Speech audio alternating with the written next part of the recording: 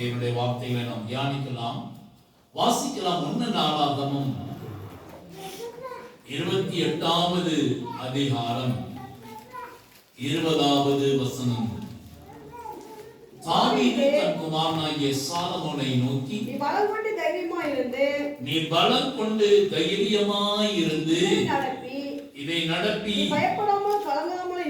நீ பயப்படாமலும் கலங்காமலும் இரு. தேவனாகிய கர்த்தர் என்னும் என் தேவன் உன்னோடு இருப்பார்.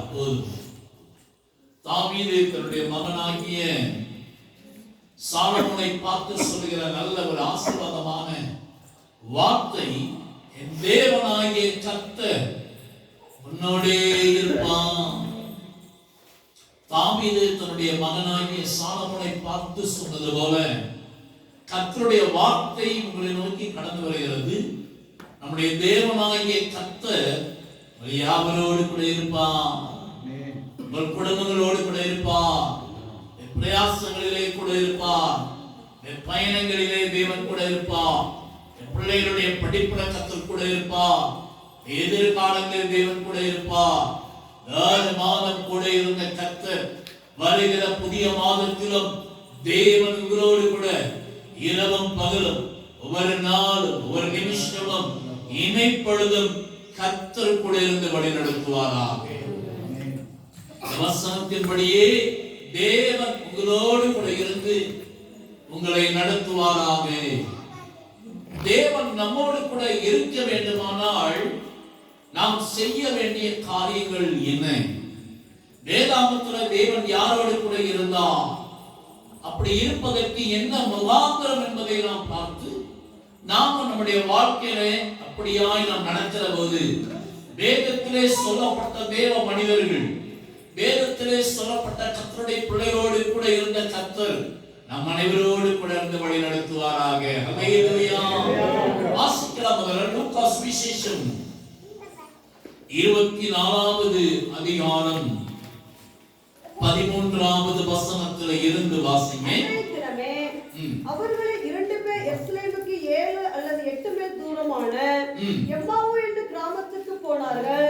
கவனிங்கள், 2 பேர் எம்மாவு என்று சொல்லுகிற ஒரு கிராமத்துக்கு நேராய் அவர்கள் போகிறார்கள்.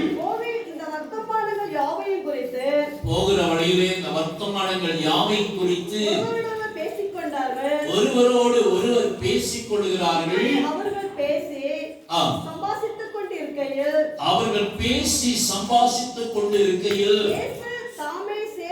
அவரோடு கூட நடந்து போனார். இயேசு கிறிஸ்துவும் அவரோடு கூட போகிறார். 2 பேர் பேசிக் கொண்டு போகிறார்கள்.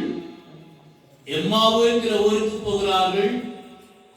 போகிற வழியில இயேசு அவரோடு கூட போகிறான். இயேசு அந்த சீசனோடு கூட போகிறான். என்ன காரணம் பார்த்தீங்கன்னா, கீழே 19வது வசனத்தை வாசிங்க. அவர் எவைகள் என்றார், அதற்கு அவர்கள் நசரேயனாகிய இயேசுவை குறித்தவைகளே, நசரேயனாகிய இயேசு கிறிஸ்துவை குறித்து அவர் தேவனுக்கு முன்பாகவும் எல்லாருக்கும் முன்பாகவும் செய்கையிலும் வாக்கிலும் வல்லமையுள்ள தீர்க்கதரிசியாக. நல்ல கவனிங்க, அந்த 2 பேரும் என்ன செய்கிறார்கள் என்றால் இயேசுவை குறித்து பேசிக் கொண்டிருக்கிறார்கள். அந்த பயணத்துல இயேசுவை குறித்து பேசுறாங்க. அவங்களுக்கு தெரியாது, கூட ஒருத்தர் வருகிறார், அவர்தான் இயேசு என்று தெரியாது. ஆனா போகையில அந்த பேச்சு, அந்த சம்பாஷணை இயேசுவை பற்றி இருக்கிறது. நல்லா புரிந்து கொள்ளணும். இதுல நாம் எப்பொழுதெல்லாம் ஆண்டவராய் இயேசுவை குறித்து நாம் பேசுகிறோமோ கர்த்தர் நம்மோடு கூட இருப்பார். கர்த்தருடைய சமாதானம். இயேசுவை குறித்து பேசுங்க, கர்த்தருடைய வார்த்தைகளை குறித்து பேசுங்க. உங்க குடும்பங்களிலே பேசுகிற போது இயேசுவை குறித்து பேசுங்க, தேவனுடைய வார்த்தைகளை குறித்து பேசுங்க. கடந்து போகிற பயணங்களில் தேவனுடைய வார்த்தைகளை குறித்து பேசுங்க. நண்பர்களோடு கர்த்தருடைய வார்த்தைகளை குறித்து பேசுங்க, இயேசுவை குறித்து பேசுங்க. எந்த அளவுக்கு நீங்கள் இயேசுவை குறித்து பேசுகிறீர்களோ பேச பேச பேச பேச கர்த்தர் உங்களோடே கூட வருவார். கர்த்தர் உங்களோடே கூட வருவார். இன்றைக்கும் இந்த உளிக்கல் பட்டணத்துக்கு கடந்து வருகிற போதும் சுமார் ஒரு 10 கைப்பிரதிகளை நான் கொடுத்திருக்கிறேன். கர்த்தருக்கு ஸ்தோத்திரம் உண்டாகட்டும். எப்படியாயினும் இயேசு அறிவிக்கப்படும், எப்படியாயினும் இயேசுவை குறித்து பேசும், ஏதாயிரம் ஒரு விதத்துல இயேசுவை குறித்து பேசுங்க, கர்த்தருடைய வார்த்தைகளை குறித்து பேசுங்க. அந்த எம்மாவுக்கு போகிற 2 சீசர்களும் இயேசுவை குறித்து பேசிக் கொண்டு போனார்கள். இயேசு அவர்களோடு கூட கடந்து வந்தார். அடுத்தது அந்த 2 பேரும் எங்கே கடந்து போகிறார்கள் என்றால், எம்மாவு என்று சொல்லுகிற அந்த கிராமத்துக்கு நேராக அவர்கள் கடந்து போகிறார்கள். எம்மாவு என்று சொன்னால் அந்த வார்த்தைக்கு ஒரு ஆவிக்குரிய அர்த்தம் இருக்கிறது. சூடான நீரூற்று என்ற அர்த்தம். சூடான நீரூற்று. எம்மாவு என்று சொன்னால் சூடான நீரூற்று என்ற அர்த்தம். அப்படின்னா சூடான நீரூற்றை நோக்கி அந்த 2 சீசர்கள் கடந்து போகிற போதுதான் ஆண்டவராய் இயேசு அவர்களோடு கூட கடந்து வருகிறார். நீரூற்று என்று சொன்னால் அந்த வார்த்தைக்கு ஒரு அர்த்தம் இருக்கிறது. வாசிக்கலாம். ஏசாயா தீர்க்கதரிசன புஸ்தகம் 12வது அதிகாரம் 3வது வசனம். அங்கே சொல்லப்பட்டிருக்கிறது, இரட்சிப்பின் ஊற்றுகள். என்ன கவனிங்க, நீரூற்று அல்லது ஊற்று என்று சொன்னால் இரட்சிப்பு என்று அர்த்தம்.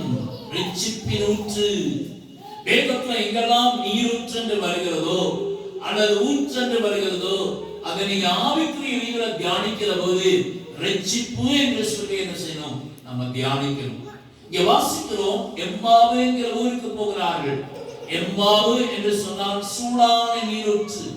அப்படின்னா நம்முடைய இரட்சிப்பு எப்படி இருக்கணும் அப்படின்னா சூடாவே இருக்கணும், அனலா இருக்கணும்.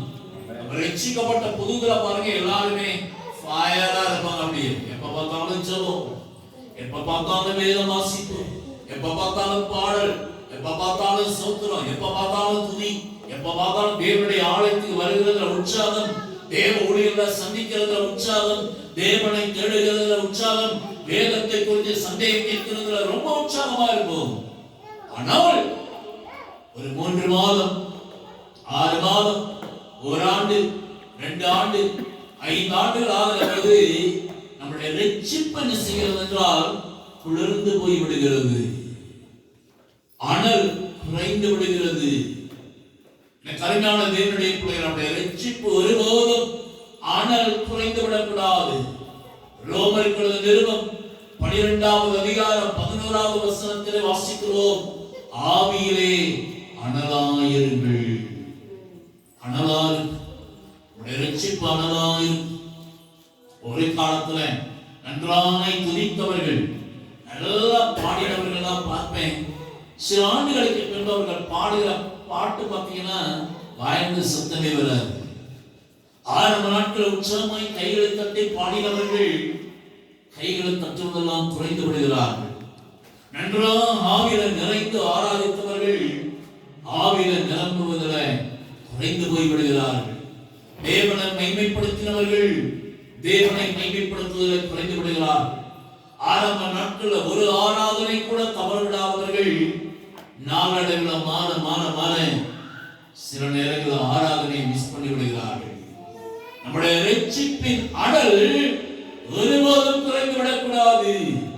அந்த 2 சீசர்களும் எம்மாவு என்ற கிராமத்துக்கு நேராக என்ன செய்கிறார்கள், கடந்து போகிறார்கள். எம்மாவு என்று சொன்னால் சூடான நீரூற்று, அனலான நீரூற்று, அனலான ரட்சிப்பு என்று அர்த்தம். அப்படியானால் நம் நாடுக்கு நாள் நம்ம என்ன செய்யலாம், அனலாகவே நம்ம இருக்கணும், அனலை நோக்கியே கடந்து போகணும், அனலை நோக்கியே நம்முடைய பயணங்கள் இருக்கணும், நம்முடைய பிரயாசம் நம்முடைய ஜெபம் எல்லாமே அனலாகவே இருக்கணும். உலகத்தான் சொல்றான் நெருப்புடா அப்படிங்கிற, உலகத்தான் சொல்றான் நெருப்புடா. அந்த வார்த்தை உண்மைக்கே கர்த்தருடைய பிள்ளைகளுக்கு குறித்தான வார்த்தை, தேவ ஊழியர்களுக்கு குறித்தான வார்த்தை. நாம ஃபயரா இருக்கணும், அக்கினியா இருக்கணும், அனலா இருக்கிற போது மெய்யாகவே எம்மாவு சீசரோடு கடந்து போன ஆண்டவராய் இயேசு நம்மோடு கூட அவர் என்ன செய்வார், அவர் கடந்து வருவார். இரண்டாவதாக யாரோடு கூட கர்த்தர் இருப்பார். வாசிக்கலாம் யோசுவாவினுடைய புஸ்தகம் 1வது அதிகாரம் 8வது வசனம் 9வது வசனத்தை வாசிக்கலாம். இந்த நியாயப்பிரமாண புஸ்தகம் உன்னுடைய வாயை விட்டு பிரியாதிருப்பதாக. இதில் எழுதியிருக்கிறவைகளின் படியெல்லாம் செய்ய கவனமாய் இருக்கும்படி இரவும் பகலும் அதை தியானித்து கொண்டிருப்பாயாக. அப்பொழுது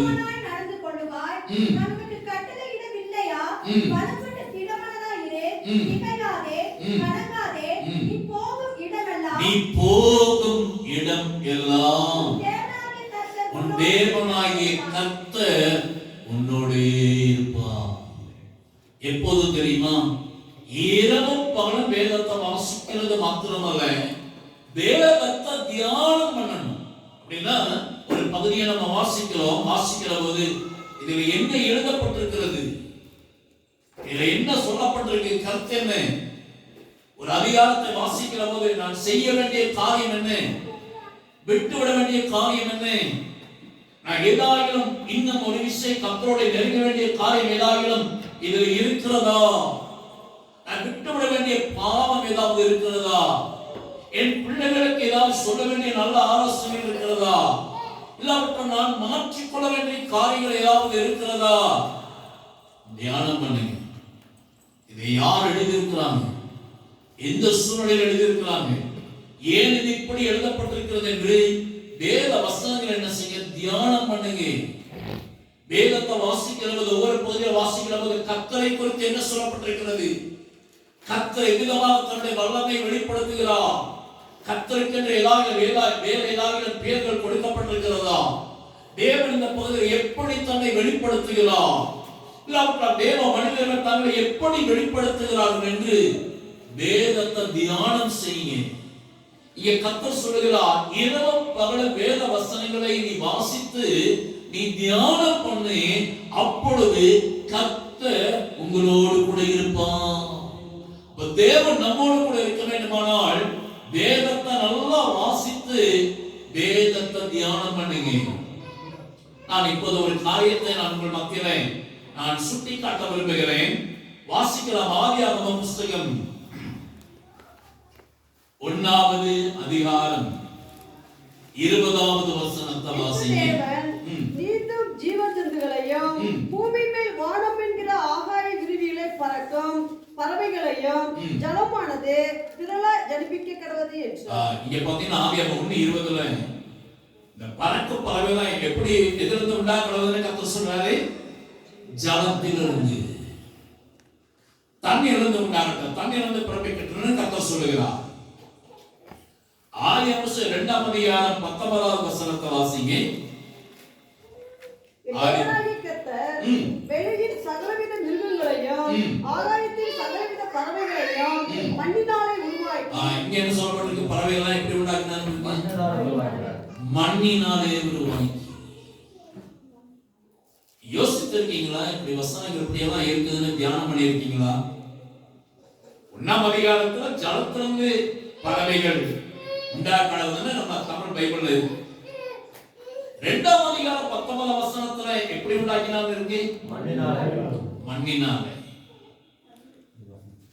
அப்ப தேவன் பறவைகளை மண்ணிலிருந்து உண்டாக்கினாரா, ஜலத்திலிருந்து உண்டாக்கினாரா? சொல்லுங்க. சபையை 2 குரூப்பா ஆக போகுது.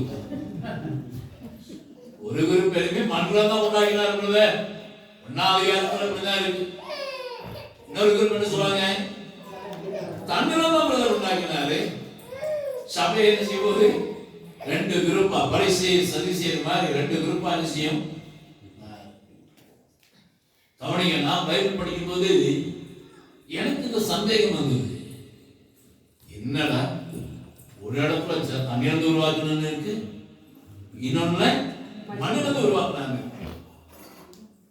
நடத்தின நான் போதர் இடத்துல கேட்டேன், அவர் என்னை தட்டி கொடுத்தார். நல்லா நீ படிச்சிருக்கிற, ரொம்ப சந்தோஷம். அவர் ஒரு காரியத்தை சொன்னாரு, பின்னாட்களை நல்ல ஒரு போதகனாக மாறுவாய். அவர் சொன்னார், தம்பி தமிழ் பைபிளை மட்டும் படிக்க கூடாது, இன்னொரு பைபிளையும் வாங்கி நீ என்ன செய்யணும், படிக்கணும். ஒரு ஆங்கில பைபிளை வாங்கி வைத்து நீ என்ன செய்ய படி அப்படின்னா. நாட்கள் எனக்கு ஆங்கில பைபிள் வாங்குறதுக்கு எனக்கு பணம் கிடையாது. அப்போ அவர் அந்த ஆங்கில பைபிள் எடுத்து காமிச்சார். அதுல பார்த்தோன்னா ஆதியாகமம் 1வது அதிகாரத்துல மண்ணினாலே உருவாக்கினான்னு தான் இருக்கு. ஆனா நம்முடைய தமிழ் பைபிள்ல அந்த மண்ணிலிருந்து உருவாக்கினார் என்ற வார்த்தை என்ன செய்யப்பட்டிருக்கிறதுனா விடுபட்டிருக்கிறது. அப்பதான் எனக்கு புரிந்தது, ஓ மண்ணிலிருந்து தான் படைத்தாரா, கர்த்தருக்கு ஸ்தோத்திரம். கவனிங்க, வேதத்தை வாசிக்கிற போது நல்லா என்ன செய்யணும், நீங்க தியானம் பண்ணணும். இன்னொரு காரியத்தை கூட நான் சுட்டி காட்ட விரும்புகிறேன். வாசிக்கலாம். 2 ராஜாக்களுடைய புஸ்தகம் 6வது அதிகாரம் 15வது வசனத்திலே தேவனுடைய மனுஷனின் வேலைக்காரனுக்கு அதிகாலமே எழுப்பி வெளியே புறப்பட்டு போகிறான். எலிசாவோடு கூட ஒரு வேலைக்காரன் வாரான். அவன் வெளியே போகும்போது பார்க்கலாம், அங்கே நிறைய வேலைக்காரர்கள் எல்லாம் இருக்கிறார்கள். பார்த்துட்டு ஐயோ ஆண்டவனே என்ன செய்யணும்னு பயப்படுகிறான், புலம்புகிறான். இப்ப நான் ஒரு சின்ன காரியம் கேட்கிறேன்.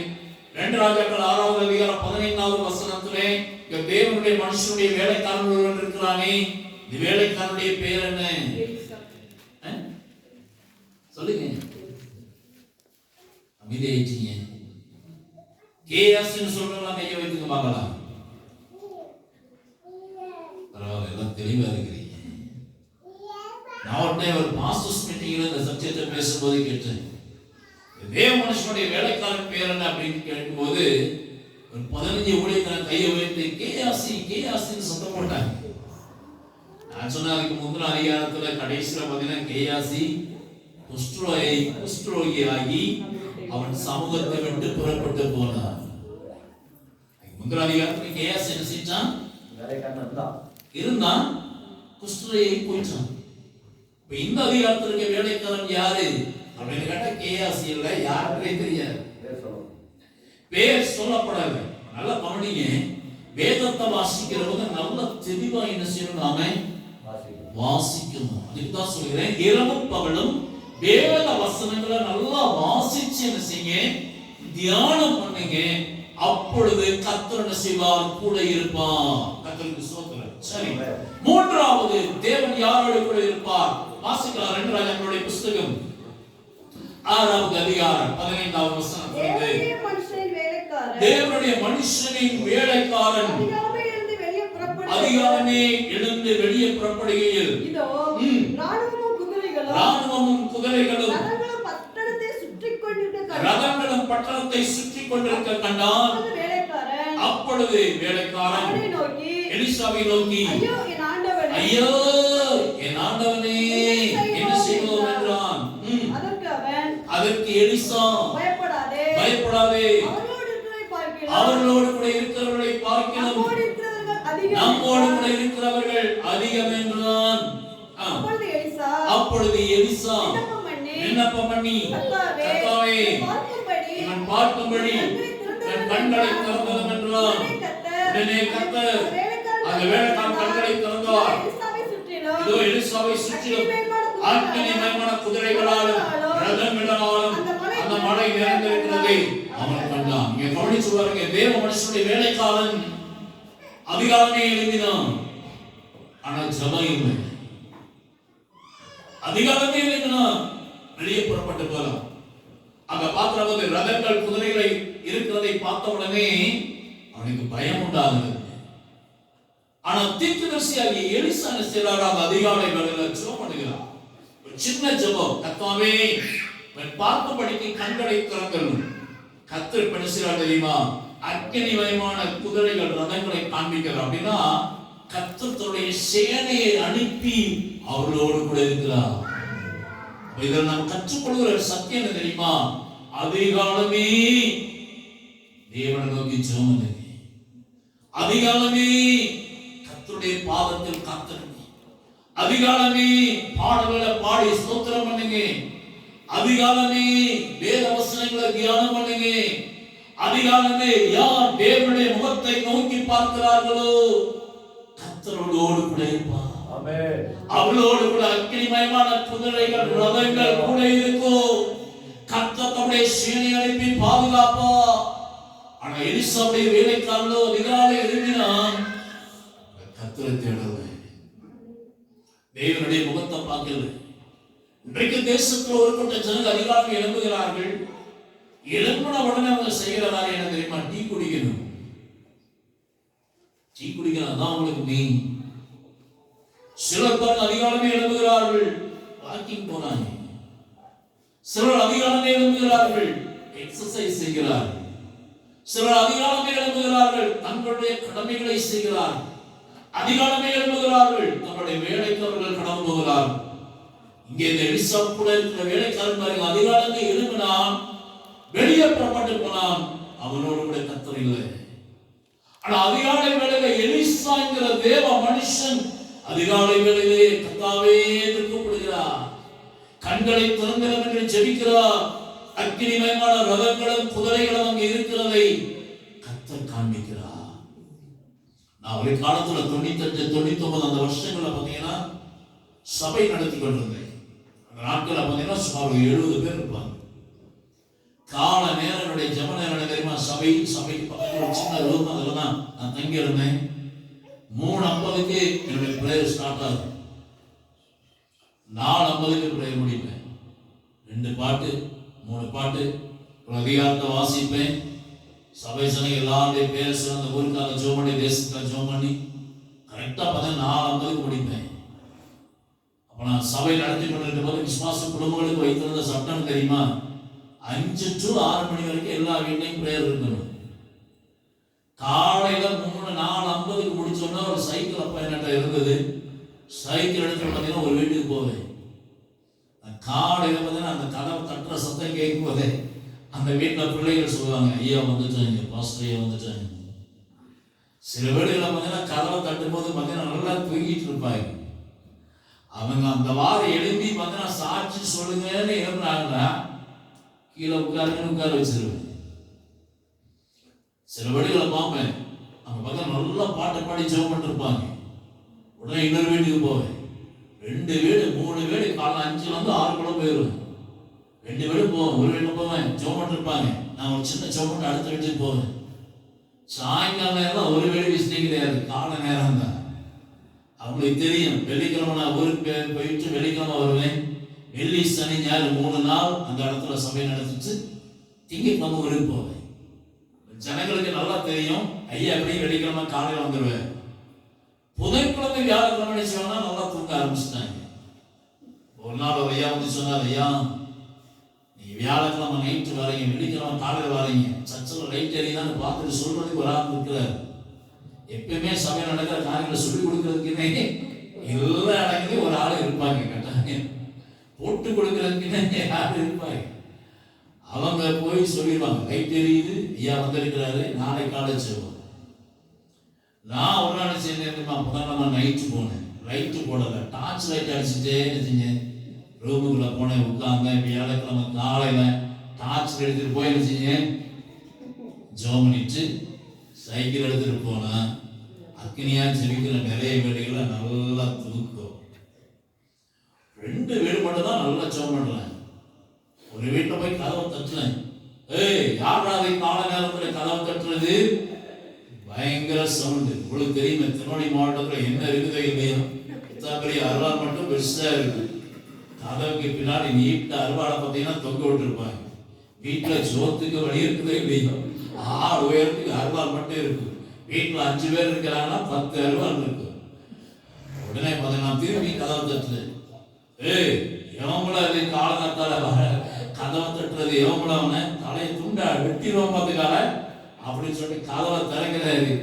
திறந்துட்டு பார்த்து அருவாள் தான் மேல நிறுது. வேகுயான்னு ஒரு கூட்டம் பார்த்துக்க சத்தம். அருவாளை கீழே போட்டு, ஐயா சொத்துறையா நீங்களா இல்லையா சொல்லிக்கூடாது ஐயா, ஐயோ அருவாளுக்கு கழுத்துல விழுந்திருக்கும் போல இருக்கு. அவர் கதவை திறந்துட்டு பார்த்து அருவாளை நீட்டுறாரு.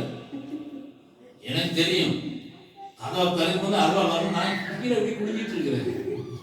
இல்லைன்னா அருவாள் கழுத்துல விழுந்திருக்கும். அருவாள் நீட்டமா வெளியே வருது. அல்லேலூயா. அந்த சத்தத்தை கேட்ட உடனே அருவாளுக்கு, ஐயா சுத்துறையா நீங்களா? மணி என்ன 5:15, இங்கே ஜெபம். இந்த பண்ணிடுவேன். அந்த டைம்ல அன்னைக்கு பார்த்தீங்கன்னா போறேன், எல்லா வீட்டுக்கு போறேன். யார் வீட்டில் பார்த்தீங்கன்னா காலை நேரம் ஜெபம் நடந்ததோ அந்த வாரம் ஞாயிற்றுக்கிழமை அந்த 2 குடும்பத்துக்கு 1 கிலோ அல்வா வாங்கி கொடுத்துருக்கு. அல்லையே சொல்ல மாட்டேங்க, சத்தம் ஒரு அழியே சொல்லுங்க. இந்த ஊருக்கு ஒரு நாள் வரப்போறேன். நானும் பாஸ்டர்னா அதிகாலம் வரப்போறேன். யார் வீட்டில் அதிகாலம் ஜெபம் நடக்குதோ அவங்களுக்கு அல்வா வாங்கி கொடுக்க போறேன். கர்த்தருக்கு சொல்லுங்க. நீங்க என்ன பாஸ்டர் அல்வா கொடுக்கிறது? நாங்களே உங்களுக்கு அல்வா கொடுத்துருவோம். கர்த்தர் நல்லவர். கவனிங்க, எலிசாவை பாருங்கள், அதிகாலை வேளையிலே ஜெபிக்கிறார். ஆனா அந்த சம்பவத்துக்கு பின்னாடி என்ன தெரியுமா? சபை ஜனங்களுக்கு எல்லாம் ஒரு விழிப்புணர்வு வந்துருச்சு. ஐயா புதன்கிழமை வருவாரு, வியாழக்கிழமை வருவாரு, எப்போ வருவாருன்னு தெரியாது. கடைசியில சபை ஜனங்கள் கேட்கலாம், ஐயா ஒரு சின்ன சந்தேகம் கேட்கலாமா? நீங்க வந்தீங்களா லைட் எரியுமே, ஏன் லைட் எரியல? அந்த ரகசியத்தை மட்டும் சொல்ல மாட்டேன். ஏன்னா அது தெரிஞ்சுன்னா நீங்க அதுக்கு தகுந்த மாதிரி என்ன செய்வீங்க? நீங்க விழிப்பா இருப்பீங்க. நான் சொல்றேன், நான் லைட்டே போடல, இருட்டுக்குள்ளேயே உட்காந்து ஜெபம் பண்ணிட்டேன். இருட்டுலயே சட்டையை மாட்டி என்ன செஞ்சேன்? முகம் கழுவி குடிச்சிட்டு இருட்டுல என்ன செஞ்சேன்? நான் புறப்பட்டு வந்துட்டேன். கர்த்தருக்கு ஸ்தோத்திரம் உண்டாகட்டும்.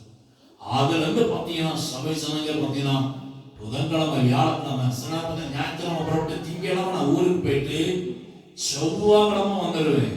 செவ்வாய்க்கிழமை வந்து விடிய கிழமை போய் பார்க்கிறேன், வீடுகளெல்லாம் ஜெபம் நடந்துட்டு. கர்த்தருக்கு ஸ்தோத்திரம் உண்டாகட்டும். ஆனா கவனிங்க, கிட்டத்தட்ட 1 ஆண்டு காலத்துக்கு மேல அங்கே இருந்து என்னுடைய வாக காரியத்தில் தடை வந்ததுனால சபையை நடத்த முடியாத சூழ்நிலையில உரிய போதகர் கையில நான் அந்த சபையை கொடுத்து விட்டு நான் வெளியே கடந்து வந்துட்டேன். ஆனா அந்த அதிகாலை ஜெபிக்க ஆரம்பித்ததுக்கு பின்பு சொல்லுகிறேன், அந்த சபை மக்கள் எல்லாரும் ஆசீர்வதிக்கப்பட்டிருக்கிறார்கள். இன்னைக்கு அந்த சபையில 4 ஊழியர்கள் வெளியே போயிருக்கிறாங்க. கர்த்தருக்கு ஸ்தோத்திரம். என்னுடைய ஜெபத்தினால அப்படின்னு நான் சொல்ல மாட்டேன். நான் போய் ஆழமா பிரசன்னம் பண்ணிட்டேன், அதனால ஜனங்கள் ஆசீர்வதிக்கப்பட்டிருக்கிறாங்க நான் சொல்றதுக்கு தேவ சமூகத்தை நம்ம சொல்ல விரும்புகிறேன். அதிகாலை வேளையில் அத்தனை குடும்பங்களும் ஜெபிக்க ஆரம்பித்ததுனால அத்தனை குடும்பங்களையும் கர்த்தர் ஆசீர்வதித்தார். கர்த்தர் கூட இருந்தார். நீங்களும் அதிகாலை வேளையில கர்த்தருடைய பாதத்தில் காத்திருந்து ஜெபம் பண்ணுங்க. கர்த்தர் உங்களோடு கூட என்ன செய்வார்? கூட இருப்பார். கர்த்தருக்கு ஸ்தோத்திரம் உண்டாகட்டும். 4வதாக யாரோடு கூட கர்த்தர் கூட இருப்பார்? வாசிக்கலாம். ஆதியாகமம் புத்தகம் 26வது அதிகாரம் 23வது வசனம் 24வது வசனத்தை வாசிக்கலாம். அங்கே இருந்து பெயர்சபாவுக்கு போனான். அன்று ராத்திரியிலே கர்த்தர் அவனுக்கு தரிசனமாகி. இங்கே கவனிங்க, ஆதியாகமம் 26வது அதிகாரத்துல ஈசாக்கு பெயர்சபாவுக்கு போகிறார்.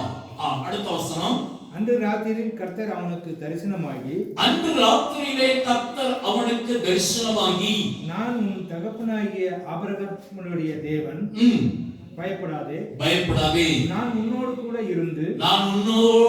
இருந்து என் ஊழியக்காரனாகிய ஆபிரகாம். நல்ல கவனிங்க, இங்க கர்த்தர் சொல்றார் ஈசாக்கு இடத்துல நான் உன்னோடு கூட இருப்பேன் என்று சொல்லுகிறார். எப்போது என்றால் ஈசாக்கு பெயர்சபாவுக்கு கடந்து போகிற போது,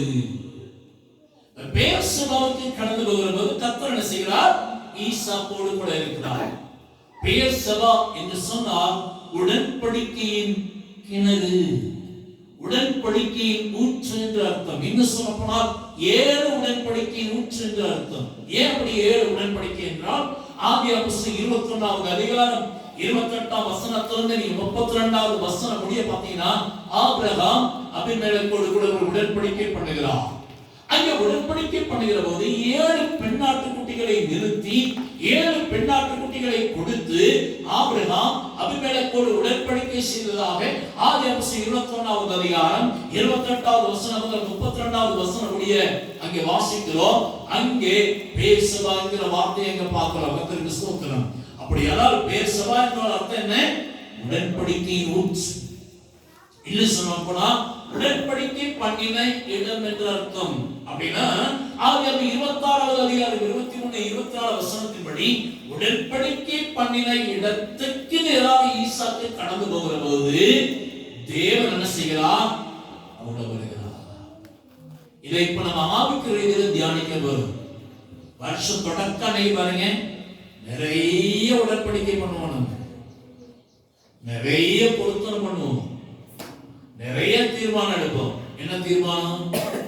ஒரு ஆராதனை கூட மிஸ் பண்ண மாட்டேன், பைபிளை ஒழுங்கா படிச்சு முடிப்பேன், குடும்ப ஜெபத்துல கரெக்டா இருப்பேன், தனி ஜெபம் ஒரு நாளைக்கு குறைஞ்சபட்சம் 1 மணி நேரம் இருப்பேன், இந்த வருஷம் ஒரு 10 பேருக்காவது கைப்பிரதி கொடுப்பேன், மாசத்துல ஒரு நாளாவது உபவாசம் இருப்பேன். ஏராளமான தீர்மானங்கள் எடுப்போம், உடன்படிக்கை பண்ணுவோம். ஆனா நாளடைவுல அந்த உடன்படிக்கையில நாம் என்ன செய்யணும் தெரியுமா? தவறி விடுகிறோம்.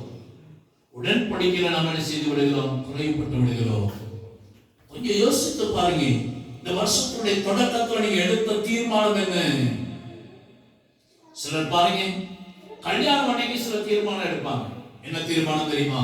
ஒழுங்கா குடும்ப ஜெபம் பண்ணணும், ஒழுங்கா சர்ச்சுக்கு போகணும், இதெல்லாம் பயங்கர தீர்மானம் எடுப்பாங்க கல்யாணம் அன்னைக்கு. சிலர் பாருங்க, பிறந்த நாள் அன்னைக்கு தீர்மானம் எடுப்பாங்க. ஆனா அந்த தீர்மானத்துல உடன்படிக்கையில நாம் என்ன செய்து விடுகிறோம்? அநேக நேரங்களிலே தவறி விடுகிறோம். ஒவ்வொரு வருஷமும் ஜனவரி மாசம், பிப்ரவரி மாசம் தேவ பிள்ளைகளை சந்திக்கிற போது கேட்பேன், இந்த வருஷத்துல நீங்க என்ன தீர்மானம் எடுத்திருக்கீங்க,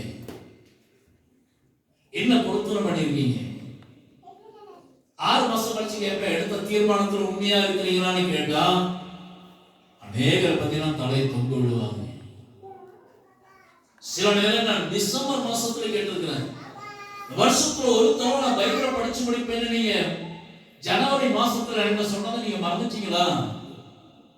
வருஷத்துல ஒரு தடவை நீங்க படிச்சு முடிச்சிருக்கீங்கன்னு கேட்டா, பிரதர் சங்கீதம் தான் வந்திருக்கு, நீதிபதிகள் வரைக்கும் தான் வந்திருக்கும். ஒரு 3 மாசம் 4 மாசம் நல்லா ஸ்பீடா இருந்தோம். 6வது மாசம் 7ஆம் மாசத்துல ஸ்பீட் எல்லாம் கம்மி ஆயிடுச்சு. அப்பா உன்னை கேட்பேன், நீங்க பண்ணின பொருத்தனை என்ன, தீர்மானம் என்ன?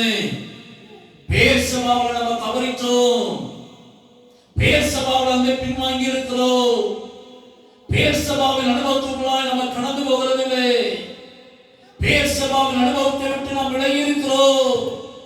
ஈசாக்கை பேர் சபாவுக்கு கடந்து வருகிற போதுதான் கர்த்தர் சொல்கிறார், நான் உன்னோடு கூட இருப்பேன்.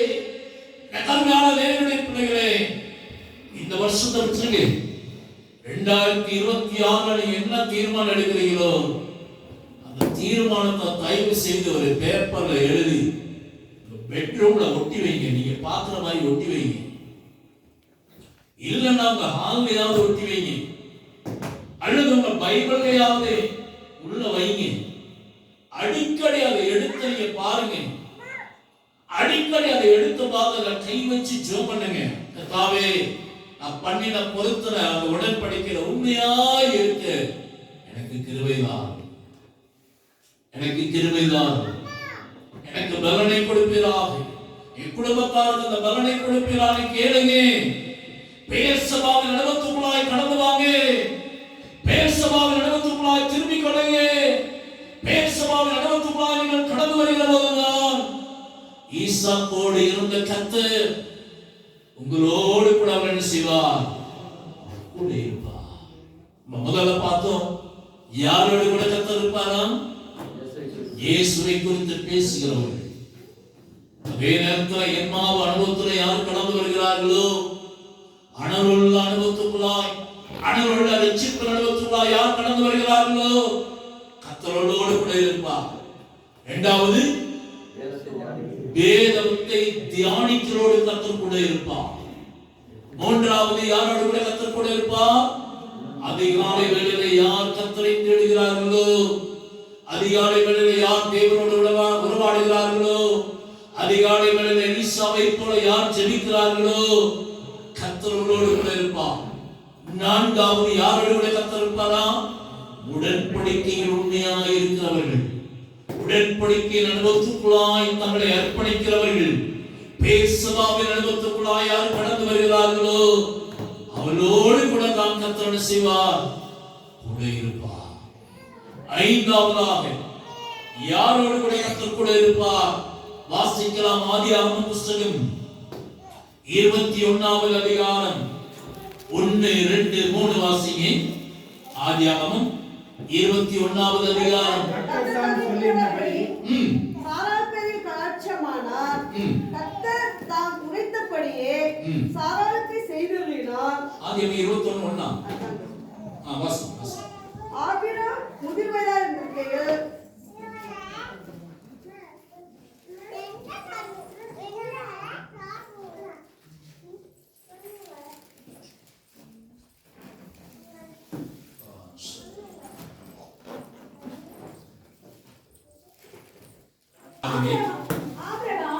ஆபிரகாமின் நாட்களில் உண்டான பஞ்சத்தை அல்லாமல் பின்னும் ஒரு பஞ்சம் தேசத்தில் உண்டாயிற்று. அப்பொழுது ஈசாக்கு பெலிஸ்தருக்கு ராஜாவாகிய அபிமெலேக்கினிடத்தில் கேராருக்கு போனான். இங்கே பாருங்கள், ஆதியாகமம் 26வது அதிகாரம் 1ஆம் வசனம் முதல் 3வது வசனம் முடிய நாம் பார்க்கிற போது இங்கே ஈசாக்கு கேரார் என்று சொல்லுகிற ஊருக்கு நேராக கடந்து போகிறார். 2ஆம் வசனத்தை வாசிக்கிறோம். கர்த்தர் அந்த கேரார் என்கிற ஊரிலே ஈசாக்குக்கு தரிசனமாகி போது பேசுகிறார். நீ எகிப்துக்கு போகாமல் நான் உனக்கு சொல்லும் தேசத்திலே குடியிரு, இந்த தேசத்திலே வாசம் பண்ணு. அப்படின்னா கேராரிலே வாசம் பண்ணு சொல்லிட்டு சொல்றாரு, நான் உன்னோடு கூட இருந்து உன்னை ஆசீர்வதிப்பேன் என்று கர்த்தர் சொல்கிறார். கீழே 6ஆம் வசனத்துல ஈசாக்கு அந்த கேராரிலே குடியிருக்கிறார். இந்த கேராரிலே குடியிருக்கிற போதுதான் 12ஆம் வசனத்தை வாசிக்கிறோம். ஈசாக்கு அந்த தேசத்திலே விதை விதைத்தான், கர்த்தர் அவனை ஆசீர்வதித்தார். அந்த வருஷத்தில் 100 மடங்கு பலனை அடைந்தான். ஈசாக்கு ஐஸ்வர்யவானாகி வரவர விருத்தி அடைந்து மகா பிரியமானான். இங்கே கவனிங்கள், 5வது யாரோடு கூட கர்த்தர் கூட இருக்கிறார் என்றால் ஈசாக்கோடு கூட. எப்போது ஈசாக்கோடு கூட இருக்கிறார் என்றால் கேராருக்கு போனது மட்டுமல்ல, கேரார் என்கிற ஊர்ல ஈசாக்கு என்ன செய்கிறார்? குடியிருக்கிறார். கேரார் என்று சொன்னால் என்ன அர்த்தம் தெரியுமா? வட்டம் என்ற அர்த்தம். அதாவது அதனுடைய ஆவிக்குரிய அர்த்தம் என்னவென்றால் ஐக்கியம் என்ற அர்த்தம். கவனிங்க, ஸ்கூல்ல பாருங்க, பிள்ளைகளை சொல்லுவாங்க வட்டம் அப்படியே நிலைங்க, எல்லாரும் கை கொத்து நிலைங்க அப்படின்னு சொல்லுவாங்க. அப்படின்னு அர்த்தம் என்னது? ஒரு ஐக்கியம். வட்டமேஜை மாநாடு என்று தலைவர்கள் நடத்துவாங்க. அதனுடைய அர்த்தம் என்னது? எல்லா தலைவர்களும் ஒருமனப்பட்டு செய்றாங்க, ஒரு சமாதானமான காரியத்தை பேசுகிறார். வட்டமேஜை மாநாடு. அப்போ வட்டம் என்றாலே அர்த்தம் ஒரு ஐக்கியம், அன்பின் ஐக்கியம் என்ற அர்த்தம். இப்போ கவனிங்க, ஈசாக்கு கேராரிலே குடியிருக்கிற போதுதான் கர்த்தர் என்ன செய்றாரு? ஈசாக்கோடு கூட இருக்கிறார். கூட இருந்து கர்த்தர் ஈசாக்கை ஆசீர்வதிக்கிறார். அப்படியானால் தேவ பிள்ளைகளாகிய நமக்கு நல்லதொரு ஐக்கியம் தேவை. அல்லேலூயா. நல்ல ஐக்கியம் தேவை. அந்த நல்ல ஐக்கியம் எங்கே உண்டாகிறது என்றால் சபைக்குள்ளே கர்த்தர் தருகிறார். தேவ ஊழியரோடு நமக்கு நல்ல ஐக்கியம் தேவை. தேவ பிள்ளைகளோடு நமக்கு நல்ல ஐக்கியம் தேவை. தேவனோடு நமக்கு நல்ல ஐக்கியம் தேவை. ஆவிக்குரியரோடு நமக்கு நல்ல ஐக்கியம் தேவை. ஜெபிக்கிறோடு கூட நமக்கு நல்ல ஐக்கியம் தேவை. வேதத்தை நல்லா தேர்ந்தவர்கள், வேதத்தை நல்லா வாசிக்கிறோடு நமக்கு நல்ல ஐக்கியம் தேவை. ஆனா நல்லா ஜெபிக்கிறவன்னு தெரிஞ்சுச்சா அவங்களோட நல்ல ஐக்கியத்தை வைத்துக் கொள்ள விரும்புவது. நல்ல வேதத்துல தேர்வுகளா இருக்கிறான்னு தெரிந்தா அவங்களோட கூட அந்த ஐக்கியத்தை வைத்துக் கொள்ள விரும்புவது. அவங்களோட பேச நான் விரும்புவேன். நல்லா பாடுகிறார்கள், நல்லா ஆராதிக்கிறார்கள் தெரிந்தால் அந்த அவரோடு கூட அந்த ஐக்கியத்தை வைத்துக் கொள்ளணும். அந்த ஐக்கியத்தை பலப்படுத்திக் கொள்ள வேண்டும் என்று விரும்புவேன். 1 யோவான் புஸ்தகம் 1வது அதிகாரம் 3வது வசனத்தை வாசிங்க.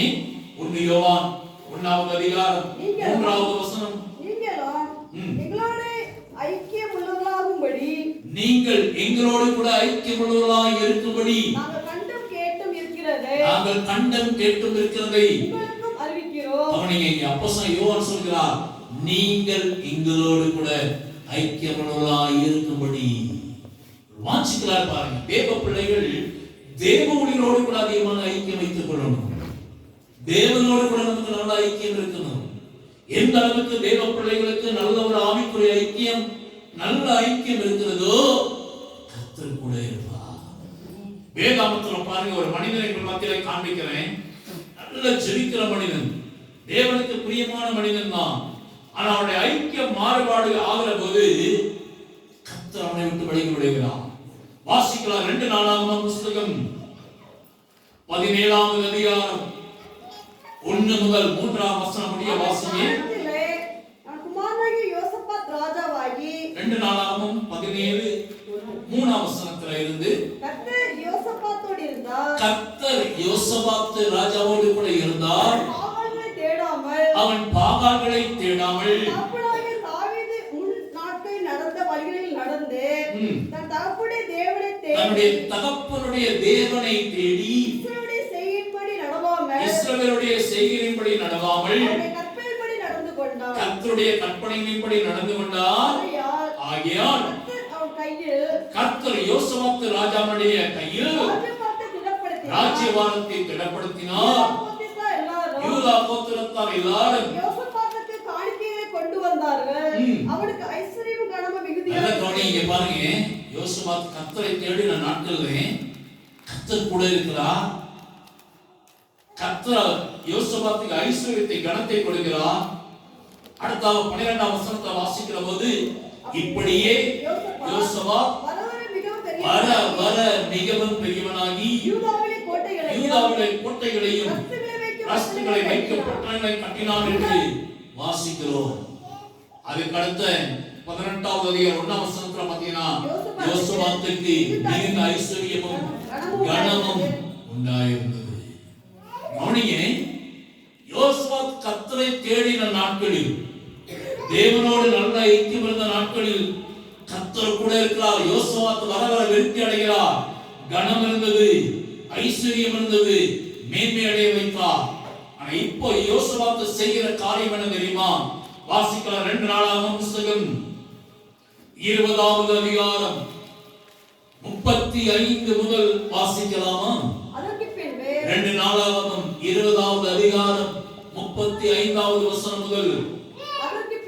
அதற்கு பின்பு யூதாவின் ராஜாவாகிய யோசபாத் யூதாவின் ராஜாவாகிய யோசபாத் பொல்லாப்பு செய்கிறவனான அகசியா என்னும் இஸ்ரவேலின் ராஜாவோடே தோழமை பண்ணினாங்க. கவனிங்க, கர்த்தர் கனப்படுத்தி மேன்மைப்படுத்தி ஐஸ்வர்யமெல்லாம் கொடுத்து அவரை ஆசீர்வதித்த பின்பு யோசபாத்துடைய ஐக்கியம் யாரோடு கூட இருக்கிறது? பொல்லாத மனிதரோடு, அகசியாவோடு. வேதம் அகசியாவின் மனிதரோடு ஐக்கியம் கொண்டான் என்று எழுதப்படலை. பொல்லாப்பு செய்கிறவனான அகசியா என்னும் இஸ்ரவேலின் ராஜாவோடு கூட தோழமை கொண்டார். யோசபாத்துக்கு என்ன நடந்தது தெரியுமா? நான் யூதா தேசத்தினுடைய ராஜா, நான் இன்னொரு ராஜாவோட என்ன செய்வேன்? ஐக்கியம் வைக்கிறேன். அப்படி மனதுக்குள்ள நினைத்துக் கொண்டு இஸ்ரவேல் தேசத்தின் ராஜாவாகிய அகசியாவோடு கூட அவன் என்ன செய்வானா? தோழமை கொள்ளுகிறான். அநேகர் அப்படிதான். சில பேர் பார்ப்பேன், நான் ஒரு வாத்தியார், நான் வாத்தியாரோட தான் ஐக்கியம் வைக்கிறேன். நான் ஒரு கடையினுடைய மேனேஜர், நான் இன்னொரு கடைக்காரர் மேனேஜரோட என்ன செய்வேன்? நான் அந்த ஊர்லயே ஒரு பெரிய பணக்காரன், நான் இந்த ஊர்ல ஒரு பெரிய பணக்காரனோட என்ன செய்வேன்? ஐக்கியம் வைக்கிறேன். நான் ஒரு இன்ஜினியர், நான் கோயம்புத்தூர்ல இருக்கிற ஒரு என்ஜினியரோட என்ன செய்வேன்? ஐக்கியம் வைத்துக் கொள்ளுவேன். ஸ்டேட்டஸ் பார்த்து என்ன செய்யறோம்? ஐக்கியம். சில பேர் பாருங்க, சௌப்பா இருக்கிறவங்க சௌப்பா இருக்கிறோட ஐக்கியம் வைப்பாங்க. சௌப்பா இருக்கிறவங்க பக்கத்திலே போய் உட்காரு. பார்த்துருக்கீங்களா? சில பேர் நல்ல அழகா இருப்பாங்க, அழகா இருக்கிற பக்கத்திலே போய் ஒட்டிக்கிறது. இது ஒரு பொருளாக கோவை மாவட்டத்தில் பார்ப்பேன், திருவண்ணி மாவட்டத்தில் பார்ப்பேன். திருவண்ணிக்காரங்களா இருந்தா திருவண்ணிக்காரங்களே போய் விட்டுவாங்க. கேரளக்காரங்களா இருந்தா கேரளக்காரங்களே போய் விட்டுவாங்க. ரெண்டு மலையாள பாஷையை பேசிட்டா போதும் அப்படியே போய் விட்டிருப்பாங்க. கோயம்புத்தூர்காரங்களா இருந்தா கோயம்புத்தூரனுடைய அப்படியே போய் விட்டிடுறாரு. என்னங்கன்னு ஒரு வார்த்தை கேட்டா போதும் அப்படியே விட்டிருப்பாங்க. ஏழா வாழான்னு ஒரு வார்த்தை கேட்டா போதும் திருவண்ணிக்காரங்க திருவண்ணிக்காரங்களோடே போய் விட்டிடுறாரு. ஊரை பார்த்து, ஜாதியை பார்த்து, இனத்தை பார்த்து, ஸ்டேட்டஸ் பார்த்து என்ன செய்கிறது? அப்படிப்பட்ட ஐக்கியம் இருக்கக்கூடாது. பாருங்க, யூதாவின் ராஜாவாகிய யோசபாத், இவன் யூத தேசத்துடைய ராஜா, இஸ்ரவேல் தேசத்துடைய ராஜாவாகிய அகசியாவோடு கூட தோழமை கொண்டார். ஆவியானவர் எப்படி எழுதியிருக்கிறார் என்றால், பொல்லாப்பு செய்கிறவனான அகசியா என்னும் இஸ்ரவேலின் ராஜாவோடே தோழமை கொண்டது மாத்திரமல்ல, அடுத்த வசனம், தர்ஷீஸ் என்கிற தேசத்துக்கு போகும்படிக்கு கப்பல்களை செய்ய அவனோடு கூட கூடிக்கொண்டான். ரெண்டு பேரும் இப்ப பார்ட்னர்ஷிப். நீ ஒரு 50 லட்சம் போடு, நான் ஒரு 50 லட்சம் போடும், கோடி கணக்கில் கப்பல்களை செய்வோம். ரெண்டு பேரும் பார்ட்னர்ஷிப்பாக இணைந்து கப்பல்களை செய்கிறார்கள். இங்க வாசிக்கிறோம், அவனோட கூடிக்கொண்டான்.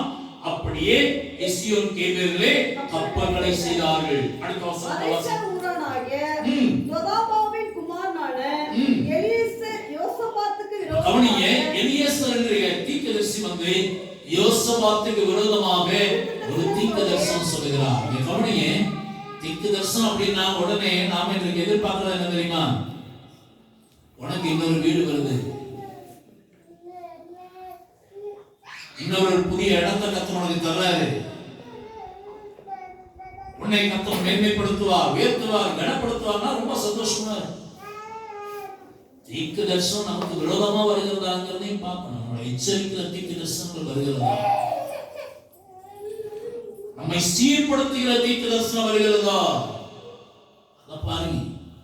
தாலாட்டுவார் சீராட்டுவார் அப்படிங்கிற தீர்க்க தரிசனமே நம்மை நோக்கி வரணும் என்று எதிர்பார்க்காதீங்க.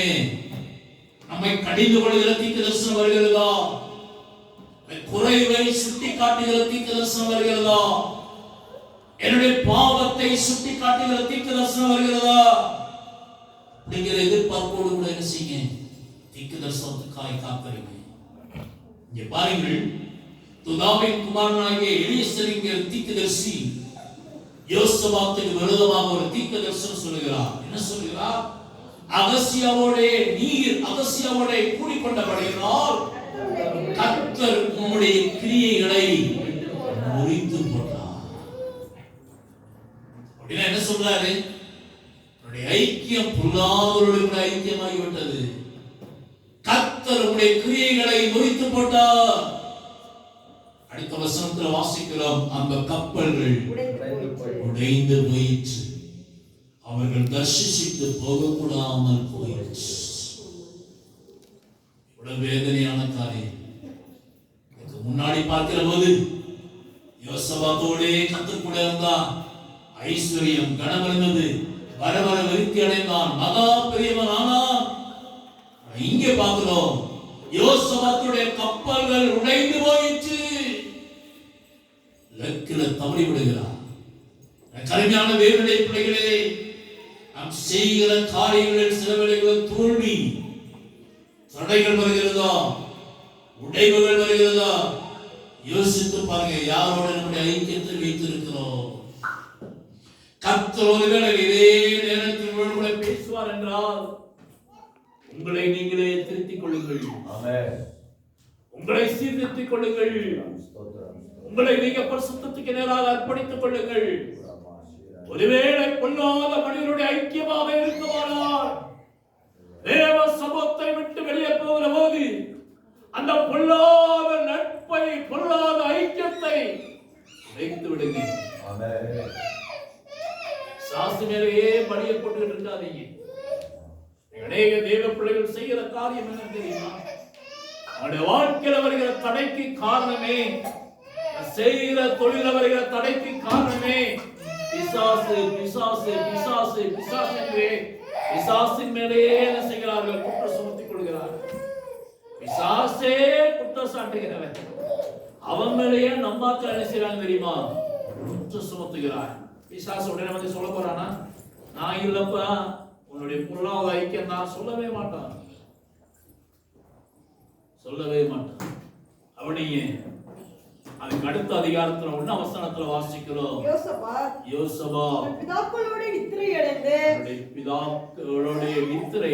தாவீதின் நகரத்தில் தன் பிதாக்கள் கண்டடைந்து அடக்கம் பண்ணப்பட்டான். இவ்வளவு ஒரு பரிதாபமான முடிவு. யோசபாத்துடைய தொடக்க பக்கினா ரொம்ப ஆசீர்வாதமா இருக்கு. யோசபாத்துடைய தொடக்கம் மிக அருமையாக இருக்கிறது, முடிவு பரிதாபம். லாக்களோடு கூட அடக்கம் பண்ண மாட்டான். அவன் செய்த காரியத்தில் தோல்வி, தோல்வி. வேத பண்டிதர்கள் சொல்கிறார்கள், அந்த வேதனையின் துக்கத்தின் மத்தியிலேயே யோசபாத் மரித்து போகிறான். அன்பான தேவனுடைய பிள்ளைகளே, ஈசா கேரார்ல குடியிருந்த போது கர்த்தர் ஈசா கூட என்ன செய்தார்? கூட இருந்தார். தேவ பிள்ளைகளோடு, தேவ ஊழியரோடு, தேவனோடு, தேவ சமூகத்தோடு, தேவாலயத்தோடு கூட, கர்த்தருடைய பிரசன்னத்தோடு கூட ஐக்கியத்தை நீங்கள் அதிகமாய் வைத்துக் கொள்ளுங்கள். கர்த்தர் உங்களோடு கூட இருந்து உங்களை வழி நடத்துவார். உங்களோடு கூட, உங்களுடைய பிள்ளைகளோடு கூட கர்த்தர் கூட இருப்பார். இரவு பகலும் கூட இருப்பார். வருகிற 6 மாதங்களில் கூட இருப்பார். வருகிற ஜூலை மாதத்தில் கூட இருப்பார். வருகிற புதிய ஆண்டிலேயும் தேவன் உங்களோடு கூட இருப்பார். எல்லாரும் அப்படியே முழங்கால் படிக்கிறீர்களா? எல்லாரும் அப்படியே முழங்கால் படிக்கிறீர்களா?